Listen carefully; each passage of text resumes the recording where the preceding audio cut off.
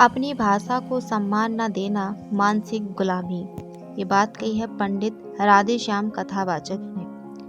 वे कहते हैं, जब यह निर्णय हो चुका है कि हमारी भाषा, हमारे देश की भाषा, हमारे राष्ट्र की भाषा हिंदी है, तब भी अंग्रेजी को बनाए रखने प्रयत्नों को देखकर हृदय को एक धक्का सा लगता है। मुसलमानी काल में मुसलमानों ने अपनी संस्कृति के विस्तार की दृष्टि से अपनी भाषा हम पर थोपी थी। शासन द्वारा उर्दू भाषा थोपी जाने पर भी जनता के हृदय में हिंदी नहीं गई।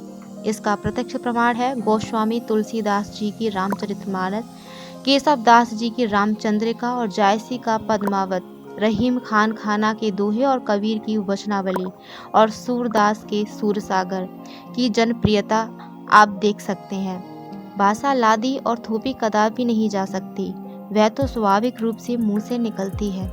बच्चा जब पहली बार बोलता है तब वह माँ कहता है। यही स्वाभाविक भाषा है, यही हिंदी है, यही स्वतंत्र भारत की राष्ट्रीय भाषा है। भारत स्वाधीन होते ही हिंदी को राष्ट्रभाषा घोषित किया जाना चाहिए था।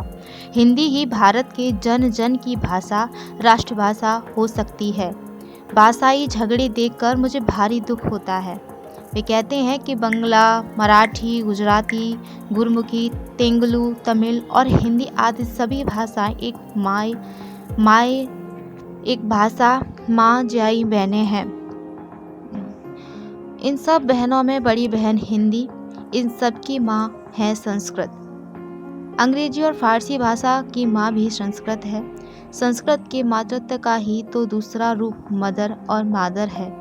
हिंदी के प्रचार में कथावाचकों और रामायणी और भजनों ने भी बड़ा योगदान दिया है।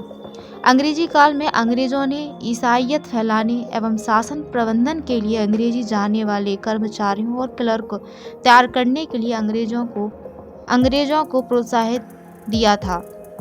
किंतु अब जब अंग्रेज नहीं है तब अंग्रेजी, ये दुर्भाग्य ही है कि हमारा कि देश के स्वतंत्र हो जाने पर भी हम अपनी भाषा को सम्मान नहीं दे पाए।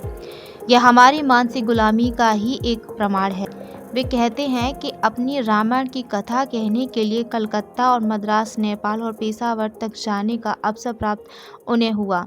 वे कहते हैं कि रामेश्वर, द्वारिका, जगन्नाथपुरी भी वे गए थे।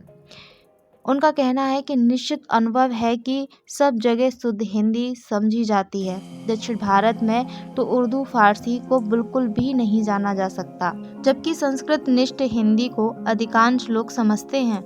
मद्रास की ही नहीं अपितु सभी प्रांतों की भाषा संस्कृत की ही देन है और हिंदी संस्कृत की प्रधान बेटी है। इसी कारण संस्कृत माता ने अपनी प्रधान पुत्री हिंदी भाषा की गोद भरकर उसे अपनी प्रधान उत्तराधिकारिणी बनाकर उसका तिलक किया है। संस्कृत भारतीय भाषाओं की ही नहीं अपितु संसार की अनेक भाषाओं की जननी है।